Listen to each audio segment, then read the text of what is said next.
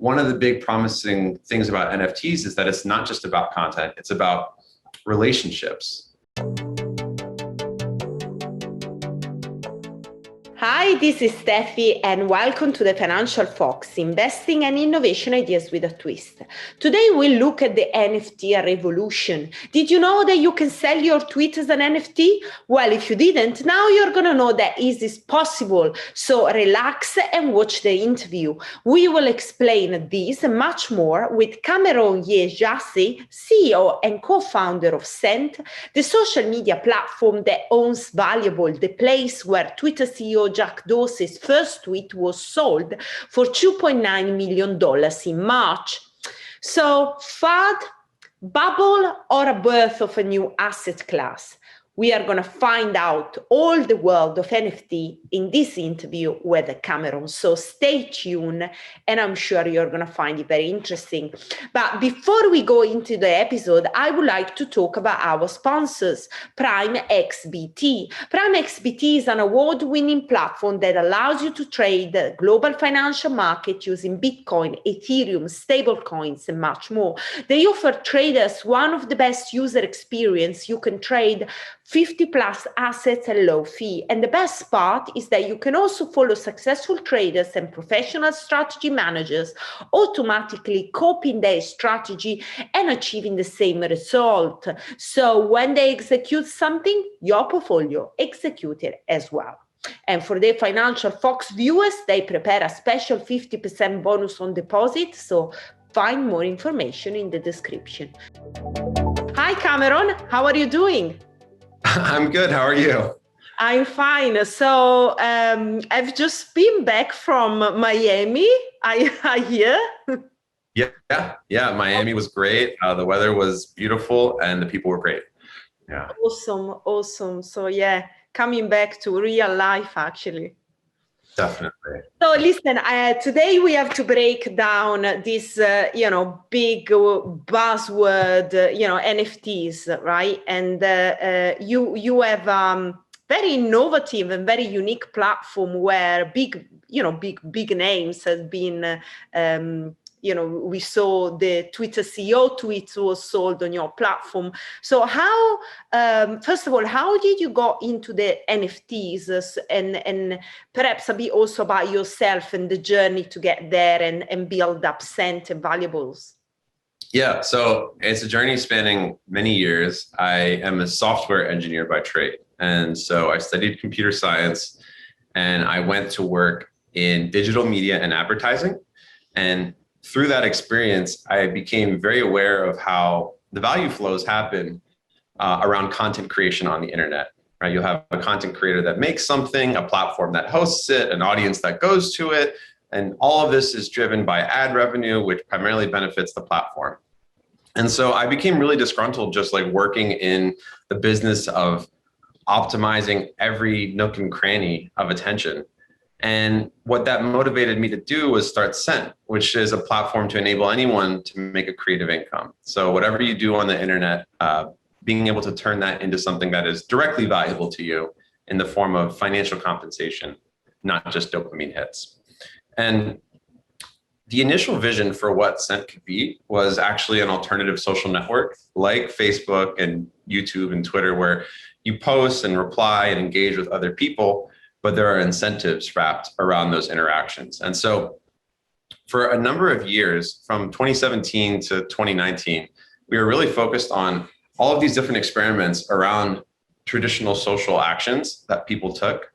And we had a lot of fun with it, but ultimately we realized that we're just off here innovating on our own, and it's very difficult for us to reach people where they are at, where they are creating today. And so that was a big motivator for why we started Valuables. We were operating this network. People were very excited about the mission. And in fact, a lot of the early NFT adopters and NFT supporters came and met on Cent. So it was very much a concourse for that movement. And that was the insight for us, that we knew we had to do something with NFTs. It was just a matter of where. And so we chose to apply our focus onto a Web2 social network because we saw a great opportunity in bringing many more people into the movement than by way of starting our own sort of siloed network. And so that led to the launch of Valuables. So the $1 billion question, what exactly did the buyer get when he's purchasing an NFT? That's a great question. I think the buyer, Sina, got a bunch of things. I mean, one, he got a lot of publicity and press. Two, even in the form of this interview, right? The amount of attention focused on that moment and on Jack, and by virtue of him being part of the transaction on him, is incredibly valuable, right? You could argue that that was worth the cost alone. But in addition to that, he got a digital certificate signed by Jack, one of one, that says, like, this is the first tweet. This is when it was created. I am Jack Dorsey. I am putting my autograph on it. That certificate on a blockchain in his wallet. And so that is what he now is in possession of and can trade or resell or do whatever he wants with. But is that going to create any kind of complication with actually the Twitter platform, for example? Because, my tweet is my tweet because it's related to my account. What happens if my tweet, let's say Jack tweets, now it's not Jack's tweet anymore, but it becomes someone else's tweet? Is that okay with Twitter? So Twitter makes it clear that you are, as the creator of a tweet, are the holder of its copyright, and what you're effectively doing is licensing it to Twitter to be displayed as a tweet. And so when it comes to taking your content and turning it into an NFT, Twitter is they're supportive of that, as long as it's happening at the discretion of the creator, the copyright holder. And so we saw early on, there were some instances where people would maybe take screenshots and turn them into NFTs on a blockchain. And Twitter said, that's where they drew the line. They said, that's not okay because you're taking other people's content and doing things with it that is against potentially their will. And so as long as the creator's in control, and that's something that I think that we, Cent and Twitter, are very aligned on, there's no issue. Yeah. Okay. That was a good point to clarify. So you mentioned before that there is a lot about publicity that the buyer is going to get. So I'm just thinking why the user will be on an NFT and what drives him or her. So you think it's admiration for the person they are buying the tweet from, or is appreciation, or perhaps it's just a question of status? Yeah, all of those things that you said resonate. There's been a lot of studies done into why people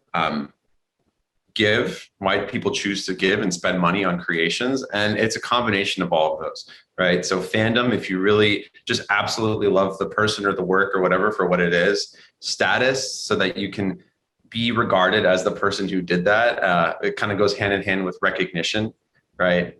Ego is a very strong driver as well. Being able to sort of associate that with your identity, like I am the buyer of this particular piece of work. And then connection as well. I don't know if Jack and the buyer, Sina, communicated, but there's an opportunity there to be explored further in terms of how the act of transacting in this way can bring people together. I know at the very least, Jack tweeted out a thank you message to him because the money was going to charity. And so these are all avenues that people value differently, right? But they are all very powerful motivators that, through a lot of research, like way beyond the history of Valuables alone, have come up as the reasons why people are motivated to make this contribution. What are the best selling tweets? Right now, for the most part, the crypto infamous, right? So one of my favorites is Kaiser is gonna get one very soon. Oh, I am sure. Yeah, honestly, memes are a great use case for this type of thing because in the NFT space in general, you've seen things like the neon cat, overly attached girlfriend, like these memes that are widely distributed on the internet. They've fetched for pretty high prices. If I'm not mistaken, the neon cat was like $400,000, and there are many six-figure ones. And so if you look at kind of where a lot of the generation of these memes starts, the cultivation of them, it is on social networks. And so there's a strong argument for a very competitive market around memes in particular. Yeah. So can you maybe say any names or which tweets will be the hottest one? You know, anybody at the top of your head that you think is gonna drive the top five, let's say? I think in the short term, it's anticipated that it's going to stay within the crypto community for the most part. It's going to be crypto influencers, but the goal is to really be able to get beyond that. And that's going to be a big exercise in making the technology more accessible, making it more understood, kind of what is going on exactly. Because you'll see it anytime someone makes an offer to buy a tweet on someone who's never heard of our service. It'll be this surprising delight reaction where it's like, what? I didn't know you could do that. And also like, what the fuck is this? Excuse me. And so a lot of people, you know, even though there was a big press cycle with the Jack sale, a lot of people still have no idea that this is possible for them to impact them. And so there's a huge opportunity to expand beyond just crypto. It just comes down to making it easy to do so. But also, as you mentioned at the beginning, it is a great opportunity for anybody that you know, has a great idea, has a great tweet to get paid for it. It's not just about, you know, the rich and famous. So talking about that, obviously your platform make transaction on Ethereum. So Ethereum, you know, is quite controversial because the high gas fee. Have you thought about how to scale the platform, or is that actually a problem now on valuables? Absolutely. We have a lot of work to do to make the payments more accessible and friendly at the end of the day. A lot of times people will make an offer in the range of like $1 or $1 to $5. And making that offer costs like $5. And then if the tweet creator doesn't accept it, initiating a refund costs another $5. And so the gas fees have definitely been something that has come up multiple times that need attention. And for us, we accept and we embrace layer 2 solutions. Our NFTs are actually minted on Polygon, formerly known as Matic. And that actually enables us, because it's so cheap, to put the entire certificate of the tweet on the blockchain itself. And so it's stored all natively there. But for payments, when you think about the on-ramps and off-ramps into any crypto ecosystem, it's pretty horrendous in terms of uploading your ID, putting in your personal identifiable information, all of the background screening, verifications that need to go into it. And then on top of that, high fees, and in the case of our platform, not even a chance of necessarily buying it, just being able to make an offer, right? So this is pretty terrible, no matter how you slice it. And so one of the things that we're interested in that has been proven out by some of our peers in the space, like Nifty Gateway and NBA Top Shot, is just, you know, using the blockchain for NFTs and traditional payment rails for payments, and just having them kind of coexist, at least until the on-ramps get to a point where it's actually able to scale out beyond just a bunch of crypto nerds. Yeah, exactly. But I'm sure that we are going to see very interesting development. I mean, with layer 2 solution, and you know, because when there is a problem, everybody is going to try to, you know, find that things that is just going to break it and make everything more smooth. So let's say that, right, I just tweet something awesome about women empowerment, and I would like everybody to know what I tweet. And perhaps sell my tweet, right? Or get some bids on it. So practically, what should I do to do it, to get it on valuables? Can you walk me through the process? Yeah, there's two things that you can do. The first thing that you can do is that you can mint it. And when you mint it, it'll appear in your gallery on valuables. And it'll also appear in the main feed of all of the recently minted tweets. And so if you go to Valuables today, you'll see a bunch of tweets that have been recently minted. And these are all by people that are presumably interested in selling them, but also potentially just taking back ownership of their content as well. And so that's one area that gets you exposure. The other, and the most powerful actually, is on that view of a single tweet that is made by you, there is a button that says either announce or share. I forget the exact text, but if you click that, it lets you reply to the original tweet and say, this tweet is for sale, and here's the URL. And so it's you telling your audience your intent to sell. And this has been the most powerful driver for us whenever someone does this, because they have an audience, they have fans, and they're directly communicating with them. And there's no better way to kind of get the message out than, as a buyer, what you want is that sort of relationship and that credibility being signaled from the person who's creating the asset. And so that's a really easy way for someone creating a tweet to do that. Okay, and if I want to buy from somebody, I will just do the same. Go on your platform, connect my MetaMask wallet, find the tweet that I like, bid for it, and then it will be the same process from the other hand, where they will sign it, and then if they are happy with the price, they will release it in my wallet. Exactly. Yes. Okay, so maybe to wrap this up, there was something that you said at the beginning that was very interesting about, data and also tokenization of social media. I mean, we saw that digital art has emerged with NFTs as kind of like the first industry. How do you see the development of tokenizing social media platform, and what else are you planning to do in the space? Yeah, I think there's so much opportunity beyond just art. One of the examples that gets me really excited is your audience, right? You have potentially thousands, hundreds of thousands of followers on your channels. And what happens if one day you get that account suspended, right? How do you communicate with these people? You've started to see platforms like Substack, the blogging platform, really spring up and be successful because they give the creator ownership over how they communicate with that audience. They give you the email list. With Twitter, there is no big export function. You have to communicate with everyone through Twitter.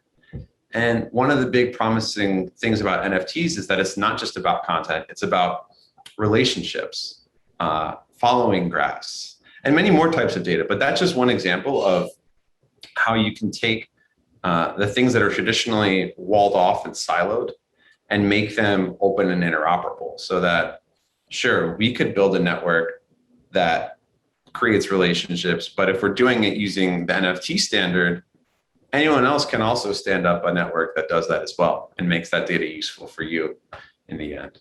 And so that's something that we're really excited about long term. In the short term, we want to do what we did with Twitter on other platforms, and so we're looking into other networks. The big ones, and so we're looking at all of them and exploring what the potential path could look like in terms of an interaction. Is there easy things to just do the same things that you have done with Twitter, or there are kind of different scenario depending on whatever you're doing there for Facebook or TikTok? I mean, TikTok will be great, or another social media. It is very there's a lot of overlap. Fortunately, there is different considerations around things like data storage, for instance. TikTok videos are obviously much bigger in size, and also there's a consideration around attribution, right? You have a lot of remixes happening on TikTok. Like, there's interesting potentials to explore there, but in terms of a V1, it would be largely similar. Yeah. And how are you dealing with fake accounts? Fake accounts. Could you elaborate a little bit? Well, what I mean is that there are lots of people, they pretend to be other people on, for instance, on Twitter, on Facebook, on TikTok, everywhere. And it's kind of easy, for this perhaps big personality or personality with some good following that don't have to be Elon Musk. I mean, they can be just somebody else that is an influencer to get hacked.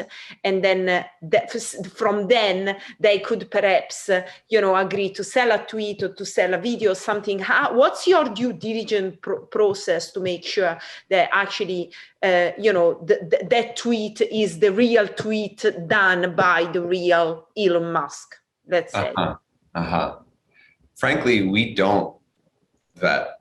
We do not look deep into the details of the profile or the relationship. One of the benefits of building this on Twitter is that we're able to rely on their diligence process around suspending accounts and doing things like that. So for instance, a suspended account on Twitter can no longer access the ability to sell tweets on valuables.